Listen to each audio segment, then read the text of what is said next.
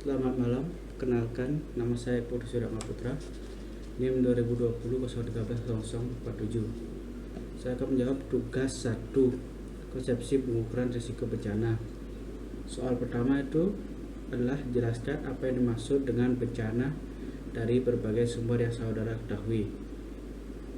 Soal 2, sebutkan dan jelaskanlah jenis bencana yang ada serta dampak dari bencana. Ketiga, sebutkan dan jelaskan ruang lingkup pelaksana kegiatan pemulihan awal pasca bencana. Yang keempat, jelaskanlah apa yang saudara ketahui tentang rehabilitasi pasca bencana dan rekonstruksi pasca bencana. Soal kelima, sebutkan 10 bencana besar yang pernah terjadi di Indonesia dan 5 bencana besar di dunia dalam kurun waktu 5 tahun terakhir. Disebutkan sumber datanya. Sekarang saya akan menjawab soal nomor 1. Jelaskanlah apa yang dimaksud dengan bencana dari berbagai sumber yang saudara ketahui. Jawabannya nomor 1 adalah bencana adalah peristiwa atau rangkaian peristiwa yang mengancam dan mengganggu kehidupan dan penghidupan masyarakat yang disebabkan baik oleh faktor alam atau faktor non alam maupun faktor manusia, sehingga mengakibatkan timbulnya korban jiwa manusia, kerusakan lingkungan, kerugian harta benda, dan dampak psikologis. Definisi tersebut menyebutkan bahwa bencana disebabkan oleh faktor alam, non alam, dan manusia. Oleh karena itu, Undang-Undang Nomor 24 Tahun 2007 tersebut juga mendefinisikan mengenai bencana alam, bencana non alam, dan bencana sosial. Saya akan menjawab soal nomor 2. Sebutkan dan jelaskanlah jenis-jenis bencana yang ada serta dampak dari bencana.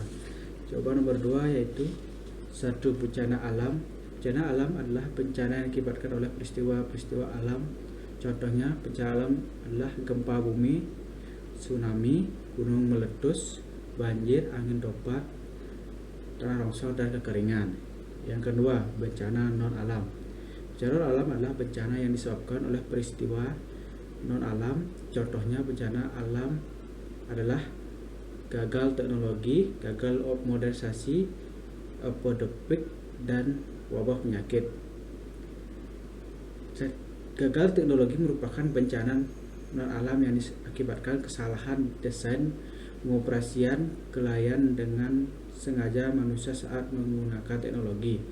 Contohnya, peristiwa akibat gagal teknologi adalah kebakaran, kesalahan desain, keselamatan pabrik, kerusakan komponen, kebocoran reaktor nuklir, kecelakaan transportasi, semburan gas, atau lumpur akibat eksploitasi minyak bumi atau bahan tambang lainnya. Ketiga, bencana sosial. Bencana sosial adalah bencana alam yang disebabkan oleh peristiwa yang muncul karena konflik sesuai antar kelompok masyarakat. Terus saya akan menjawab soal nomor 3.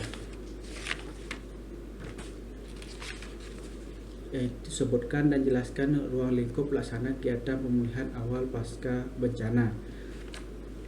Jawabannya adalah ruang lingkup pelaksana kegiatan pemulihan awal meliputi 1. Sektor perubahan antara lain melalui pembuatan panduan dan prinsip mekanisme subsidi rumah, fasilitas pembersihan rumah dan lingkungan berbasis masyarakat, fasilitas pengelolaan hunian sementara. Yang kedua, sektor transtruktur antara lain meliputi fasilitas rembuk desa untuk pembangunan kembali jalan dan jembatan desa, fasilitas pengelolaan air bersih dan jembatan. Ketiga, sektor sosial antara lain penyediaan layanan trauma healing, penyediaan layanan kesehatan umum, penyediaan hygiene kit, penyediaan makanan tambahan untuk balita, bantuan biaya dan peralatan sekolah untuk SD, SMP, dan SMA yang terdampak, pemulihan kegiatan keamanan dan revitalisasi organisasi keamanan, revitalisasi sistem keamanan desa, revitalisasi seni budaya yang guna untuk mendorong pemulihan. Yang keempat, sektor ekonomi produktif antara lain repilasi kelompok tani, kebun, dan ternak, program investasi alternatif usaha pertanian, penyediaan bibit tanaman cepat panen, atau bantuan modal usaha untuk perdagangan dan industri kecil menengah. Itulah jawaban nomor 3. Sekarang kalau saya menjawab soal nomor 4.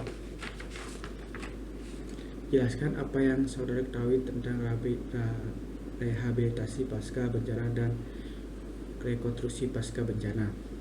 Jawabannya adalah rehabilitasi pasca bencana adalah perbaikan dan pemulihan semua aspek pelayanan publik atau masyarakat sampai tingkat yang memadai pada wilayah pasca bencana dengan sarana utama untuk normalisasi atau berjalannya secara wajar semua aspek pemerintah dan kehidupan masyarakat pada wilayah pasca bencana. Dan penjelasan rekonstruksi pasca bencana adalah pembangunan kembali prasarana dan sarana kelembagaan pada wilayah pasca bencana baik pada tingkat pemerintah maupun masyarakat. Itu jawaban nomor 4. Sekarang saya mau jawab soal nomor 5. Sebutkanlah 10 bencana besar yang pernah terjadi di Indonesia dan 5 bencana besar di dunia dalam waktu kurun 50 tahun terakhir dan sebutkan sumber datanya. Jawabannya 10. Saya akan menjawab 10 bencana yang terjadi di Indonesia itu: 1. Gempa dan tsunami Aceh terjadi pada tanggal 26 Desember 2004. Sumber data dari todayonline.com. Yang kedua, letusan Krakatau pada tanggal 26 sampai 27 Agustus 1983. Sumber data dari ACTID. Yang ketiga, gempa Yogyakarta pada tanggal 27 Mei 2006. Sumber data dari kompas.com. Yang keempat, Gunung Merapi pada tahun 2010. Sumber data dari kbknews.id. Yang kelima, tsunami Flores pada tanggal 12 Desember 1992. Sumber data dari ukpo.com. Yang keenam, gempa Sumatera Barat pada tanggal 30 Desember 2009. Sumber data dari blog.act.id. Nomor 7, gempa Lombok pada tanggal 29 Juli 2018. Sumber data dari jawapos.com. Nomor 8, gempa tsunami Palu pada tanggal 28 September 2018. Sumber data dari dewi.com. 9, banjir bandang yang menerjang desa Dugalio, Kabupaten Gorontalo pada tanggal 9 Oktober 2018. Sumber data dari Liputan 6. Dan ke-10, kebakaran hutan pada Januari 2018. Sumber data dari Liputan 6. Dan sekarang 5 bencana besar di dunia dalam kurun 5 tahun terakhir, yaitu 1. Gempa bumi dan tsunami di Samudra Hindia tahun 2004. Sumber data dari Brilio.net. Yang kedua, gempa Tangshan Tiongkok tahun 1976. Sumber data dari Brilio.net. Yang ketiga, gempa bumi Haiti pada tahun 2010. Sumber data dari Britannica.com.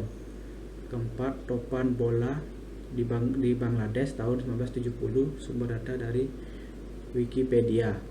Yang terakhir itu kelima, gempa bumi mengguncang 3 negara, yaitu Pakistan, Afghanistan, dan bagian utara India pada tanggal 8 Oktober 2005. Sumber data dari Liputan 6. Itulah jawaban dari soal nomor 5. Sekian dan terima kasih.